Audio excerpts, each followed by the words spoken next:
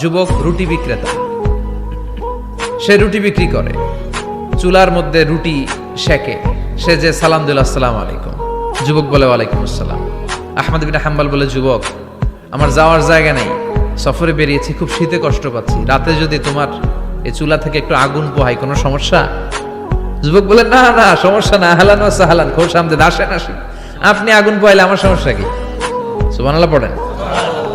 আল্লাহ শুকরিয়া করে উনি বসলেন আর আগুন পোহাচ্ছেন, আর খেয়াল করলেন যুবক রুটি বানায় আর পরে আস্তাগফিরুল্লাহ, রুটির দলা বানায় পরে আস্তাগফিরুল্লাহ, খামির বানায় আর পরে আস্তাগফিরুল্লাহ, রুটি নিয়ে উনুনের ভিতরে চুলার ভিতরে সেকা দেয় আর পরে আস্তাগফিরুল্লাহ, দোকানদারের কাছে কেউ আসলেই সে রুটি দেয় আর পরে আস্তাগফিরুল্লাহ, ক্রেতার কাছ থেকে টাকা নিয়ে ক্যাশ বক্সে রাখে আর কি পড়ে, আবার রুটি বানানো শুরু করে আর কি পড়ে, খালি এইটাই পড়তেছে। ইমাম আহমদ ইবনে হাম্বল তো অবাক, কিরে এটা আবার কেমন যুবক, খালি আস্তাগফিরুল্লাহ।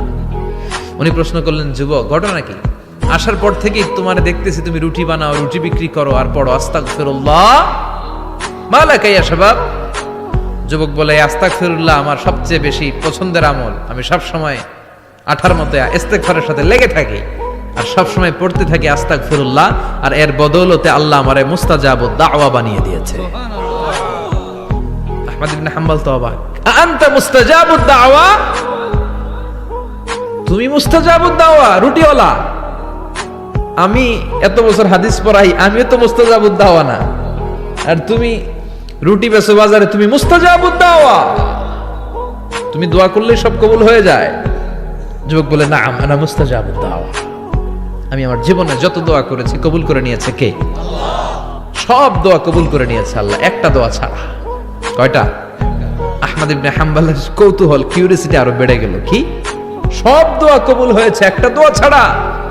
মাযালিকা দুআ ইয়া শাব, কি সেই দোয়া?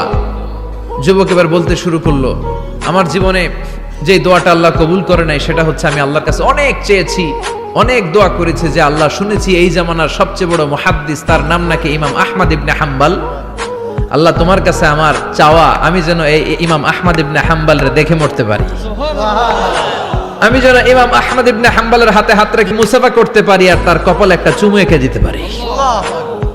আহমদ ইবনে হাম্বল আবেগপ্রবণ হয়ে গেলেন, চোখের পানি ছেড়ে দিলেন, বললেন, যুবক তোমার এই দোয়াটাও কবুল হয়ে গিয়েছে।